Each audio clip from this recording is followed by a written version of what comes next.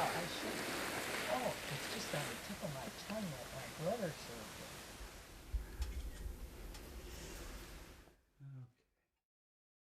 it. Well, what branch were you in, first of all? I was in the SPARS, that's the women's branch of the U.S. Coast Guard.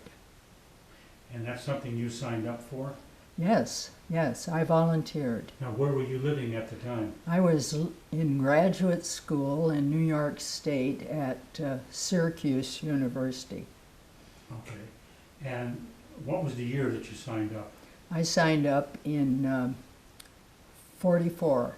Okay, so the war has been going for a while. Yes, yet. it has. Okay. Now, the other branches of military would not take women, so you went to the Coast Guard? No, there was the waves associated with the Navy, Okay. and the WACs, who were associated with the Army. No, I was interested in the Coast Guard because I happened to hear Dorothy Stratton speak, and she was the Dean of Women of Purdue University and had just been appointed the Commandant of the Coast Guard, or within recent months. And I heard her speak, and I just got inspired to join. Partly because she told us the oath that an officer took, and there was one word in it that really grabbed me, and that was that we were to promise to defend the country against any enemy whomsoever. And I thought that word was great. Whomsoever. Whomsoever. Okay, now where did you get your training at? Where were you sent to for your basic training?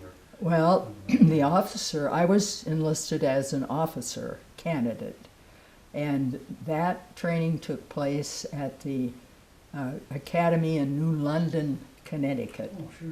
Yeah. Submarine base.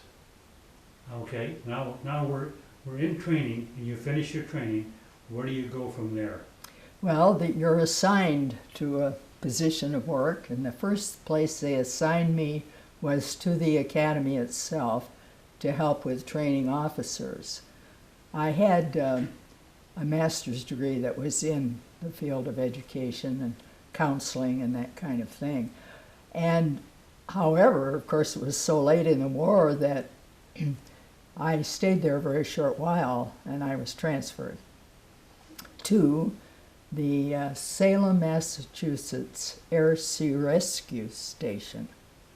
And that was the closest I really got to the war in my various assignments, because there they had a fleet of PBYs, great big planes, that landed on the water, rescued people, and also they decoded messages. They were looking for the enemy that was coming around in submarines and other vessels.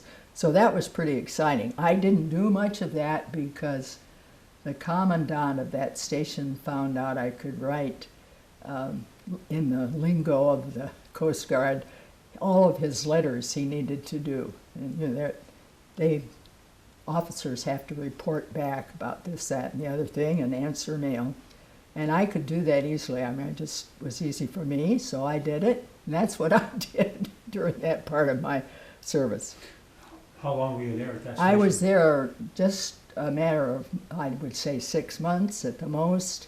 At night, I sometimes took charge of a barracks, which was in a nearby town. But then a friend I'd known in graduate school also enlisted in the SPAR officers, and she was trying to get me down to Washington, D.C., which she succeeded in doing. So I was transferred there to the main barracks, and that's where I stayed for the rest of my time in the Coast Guard. Well, now, I'm hearing some stories that you were involved somehow, Francis is telling me, in the parade for President Roosevelt's funeral. Yes, I happened to be in Washington at that time. His funeral, I believe, was in April of 1945, and I had the honor of being the platoon leader for the unit of of spars, not the male Coast Guard, but the female Coast Guard, that marched in the procession. The amusing thing about this, in a way, was that we were not high in the military hierarchy.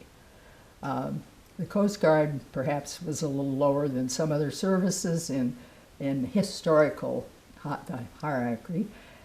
And also, and we were the women. So the only unit marching behind us, ahead of the caisson, was the Seeing Eye Dogs. So we were right ahead of the Seeing Eye Dogs, and then came Franklin Roosevelt's caisson. And it was an extremely moving day because we marched a long distance, at least it seemed a long distance, and the streets were lined with military personnel and the public, of course. But the military people were all standing at attention. It was very dramatic. And that in those days, newsreels were taken and shown on the daily news. In the movie theater. Yes, and we happened to, our little group got in the newsreels because we were so close to his coffin. Well, maybe I can find that, put it in here. It would be very interesting if you could. I'll take a look from that. All right, now what happens after the funeral? You go back to your barracks, or? Yes, I remained there until I was discharged, and you remained in Washington until you got yes, discharged from the military? that was my last assignment. So how long were you in D.C.? Well, I was probably there close to a year. Oh, okay. Yeah, and somewhere between 9 months and a year. And I did have one rather dramatic experience there. I never told my family about this, but my mother's gone, and unless she hears from heaven, I guess I could tell you this story.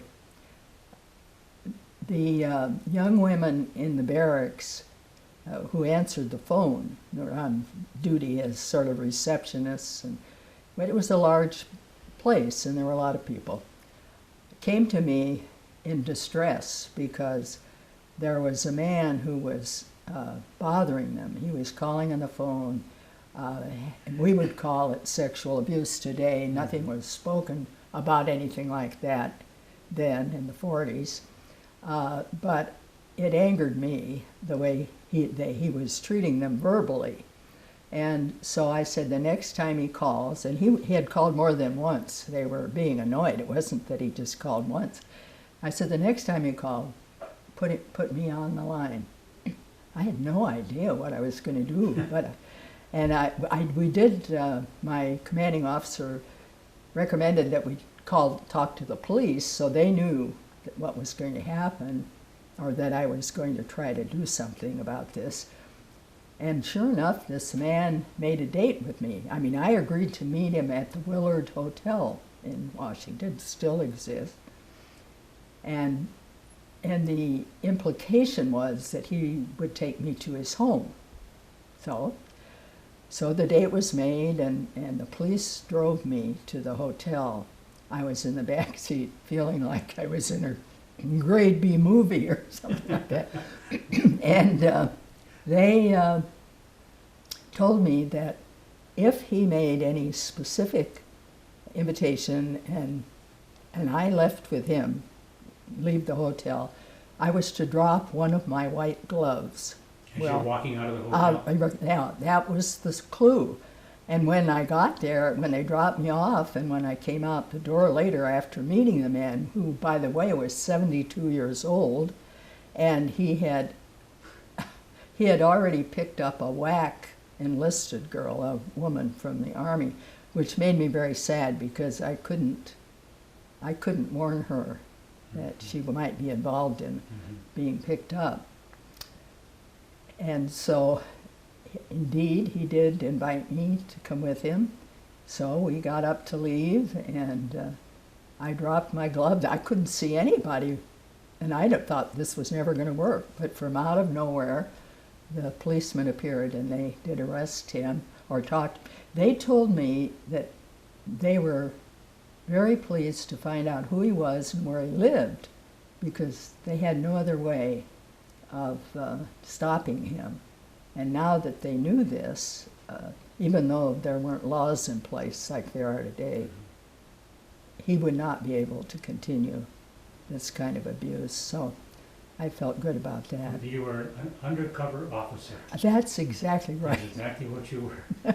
I did borrow an enlisted uniform, so I thought it was better if I didn't look as conspicuous as officers. He might think you're too smart for this, to better leave you alone or something. He might have. I don't know. But that was the story, and I did feel such a sense of outrage about that I needed to do something. You should have felt good about it too, because you were doing some good. Yes. And when you left the barracks, got out of the service, he wouldn't be bothering somebody else. No, that's right. So you did good. I felt relieved Yeah. when it was all over. Okay. Were there any other unusual circumstances you can remember while you were in DC? Well, not during, probably during Washington.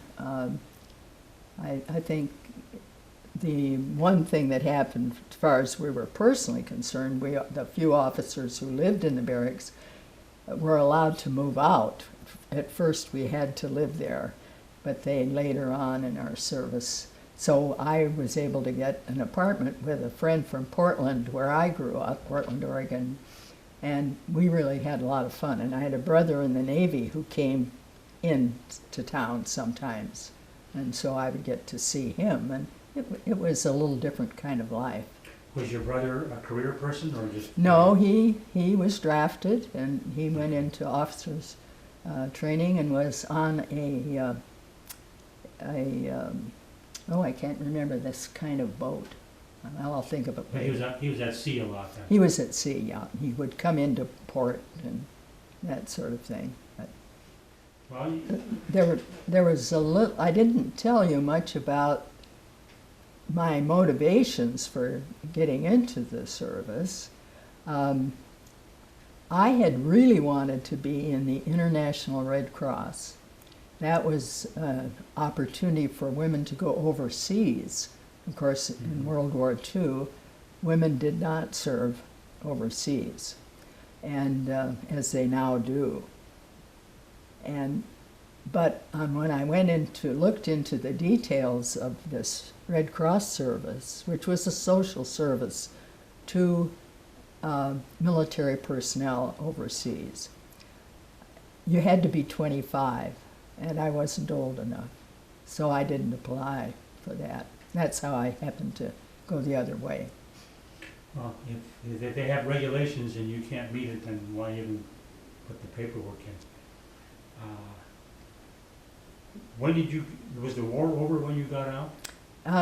Pretty much, yes. I was out just as it was finishing, and I got a job quite quickly, which was very fortunate. I got out in the summer, and therefore I was able to look for a job before fall because In Washington? No, I went back to New York State, where I had gotten my master's, and I worked for a new school that Syracuse started in Binghamton. It's now called the SUNY, or the State University of New York at Binghamton. And that was the home of IBM. That was better known for that than anything else. There are 3 cities there instead of just 2. And I stayed there 5 years, and then I went to Stanford for a doctoral program, which I did not finish, but I started. Got married. Let me just jump back a second here. Sure. How did you find out the war was over? Was in the news media, or somebody tell you? How'd you know that the war in Europe was over? And how'd you know it was over in Japan? I heard it over the radio. That's what we used for everything. And just it. I remember very clearly about Pearl Harbor when the war started. I was in University of Oregon, and it was Sunday. I was doing my laundry, and I heard about Pearl Harbor, and it was very meaningful to us young women, because we had 2 people in our sorority house who had relatives in the and they were stationed at Pearl Harbor. So, and many people were killed, and one woman lost her brother there, and so it was a very moving thing. And of course, going in the service, the men were gone. You know, the young men were gone. You were all alone and lonely. So it was something I really wanted to do because as I say, this brother was in the Navy. My other brother got deferred because he was he worked for a company that allowed him a deferment. So, how did you hear about the war being over in Japan? I have no specific memories of that, to be honest. Okay. Let's jump up to New York State then. You worked for a company now called IBM. No, I worked for a university, or a college, really. It was called Harper College, and it later became the State University at Binghamton. All right, and IBM happened to be located in Endicott, which was right next to Binghamton. Yeah, okay. That was the only illusion. I threw that in. How much time did you stay? How long did you I stay was there almost 5 years. Yeah. And then what happened next after the 5 years? I went to Stanford in a doctoral program, and I met my husband there about 3 months after I got there, and we were married the following October, and he lost his job very shortly thereafter. Oh my. So he had to get another job, and I had to work, and so I left my graduate studies. And I never finished that doctorate.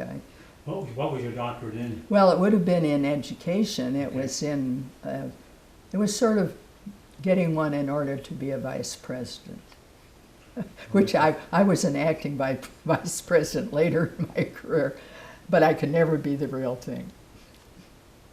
Well, yeah, it's a word, but the responsibility with it is probably Was the same. heavier. And also, I found out something I never thought about or knew about, but the fact that I had 3 different times I was an acting vice president, well, it bumped up my retirement pay because they base it on your top, in the state university system in Minnesota, they base it on your top 5 years' salary. So that was a very happy thing for me. Where was the basic training at again? Well, the training the officers' training was at the Coast Guard Academy in New London. In New London, the in submarine Connecticut, base there. yes. Okay.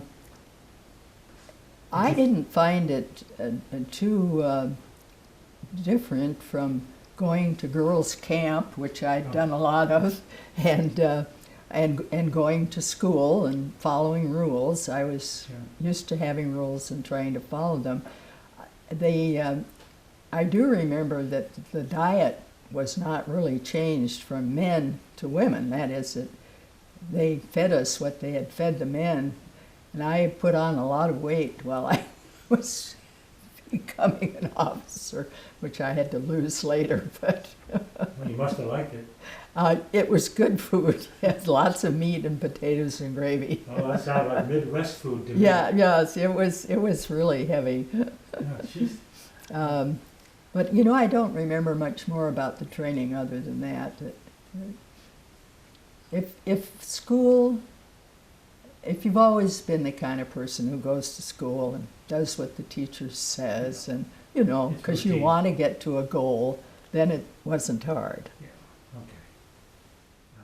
Were there any interesting people that you served with, or people that you remember because they were exceptionally nice or bright or interesting or something? Well, the woman who decided to join when I did at Syracuse was my classmate there, and she was married to a doctor from California, and he was already in the service, so we kind of went in together, and she was the woman who got me transferred to Washington because she thought I ought to be there because I had the training to work there, and just because we were good friends.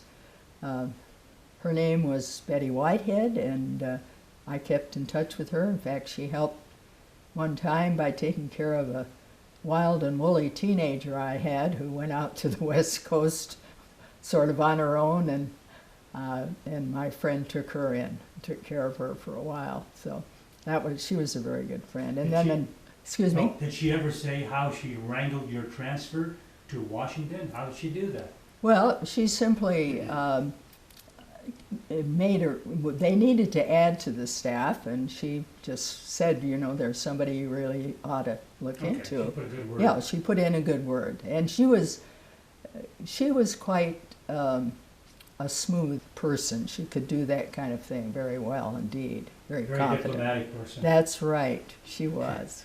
I'm sad to say she didn't live as long as I've lived, so. Mm-hmm. And you're, what, 90? 95. You just turned 95? Yes, on Sunday, past Sunday. Well, I could sing happy birthday on here, but it's copyrighted, so I can't do it. So, well, I think I could mention that I have had quite a few happy birthdays sung to me, but it's a nice thought. Thank you. Now, how big is the family? My immediate family? No, you have a family yourself? The family. Well, my husband died 10 years ago, and we were married a long time, 54 years, 55 years. And he had 2 children when I married him. They were very young,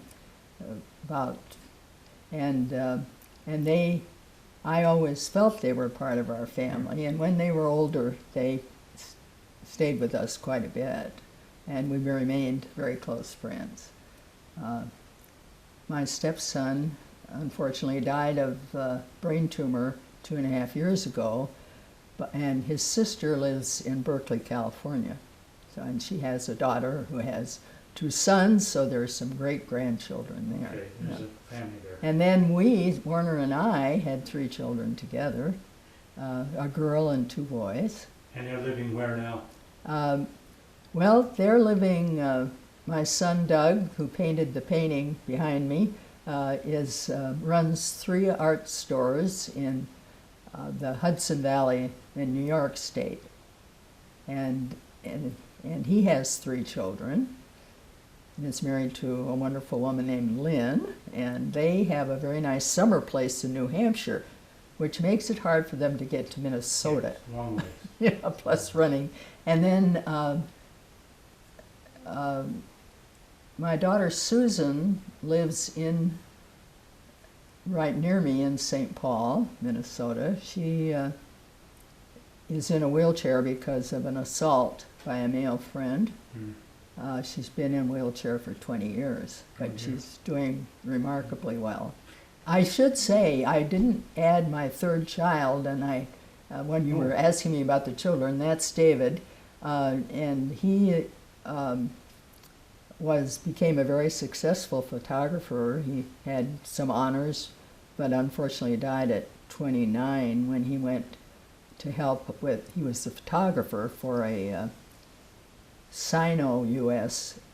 expedition on the Yangtze River. They went all the way up to the headwaters and were going to take it down to the sea. The expedition fell apart after his death. What caused his death? His death was caused by high-altitude pulmonary edema, and they simply didn't have a radio working, and they didn't get him out of there.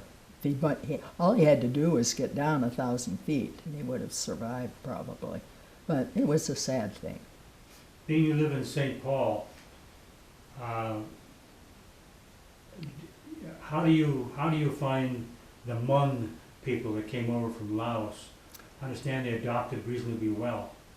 They are remarkable because, as we are told, they came from an agrarian background, but they have taken to education very well, and our church did help with Hmongs when they first came, and we had sales for their handiwork. They do very beautiful applique work, and the women couldn't speak English or make change, but their children had already caught on, so they came to the sales and helped with that. I think they're an exemplary people. Just one small example. If anyone in the group of people who were friends or relatives got a job, everyone would chip in and get that person a car.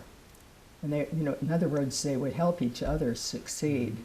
And that was very impressive.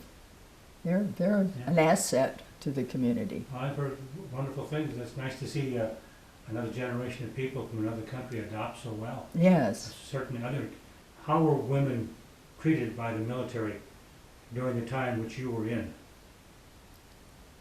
Were they treated the same as the men with respect? Were they pampered or?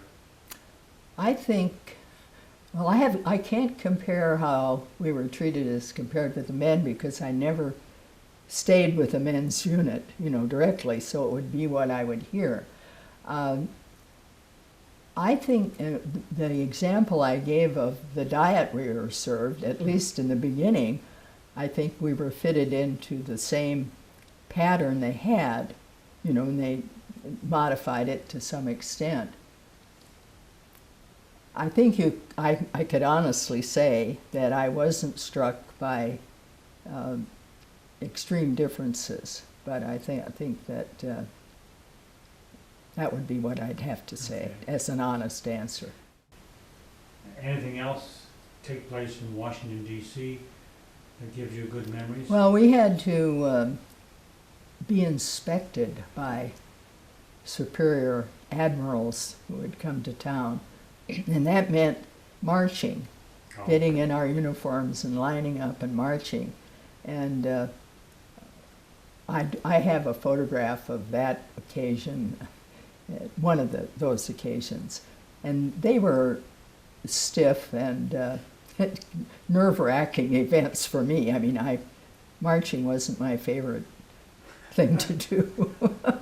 Well, did you have what they call a fatigue uniform day to day, and then a dress uniform, or? No, actually, we just had one uniform. We did have a summer and we had seersucker.